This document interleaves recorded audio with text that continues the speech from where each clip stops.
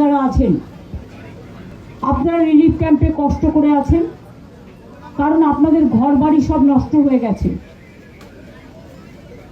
আমি আগের দিন এসেছিলাম, কিন্তু নাগরাকাটা ঢোকার আগের যে ব্রিজটা ছিল সেটা ভাঙা ছিল, ফলে আমরা আসতে পারিনি, অর্ধেক রাস্তায় এসে ফিরে গেছি। সেই ব্রিজটা আমরা করে দিয়েছি, এখন ওটা ঠিক হয়ে গেছে। পিডব্লিউডিকে থ্যাঙ্কস এবং ইঞ্জিনিয়ারদের। আজকে আপনাদের জন্য নদী পার হয়ে আপনাদের যাতায়াত করতে হচ্ছিল রাবার বোটে।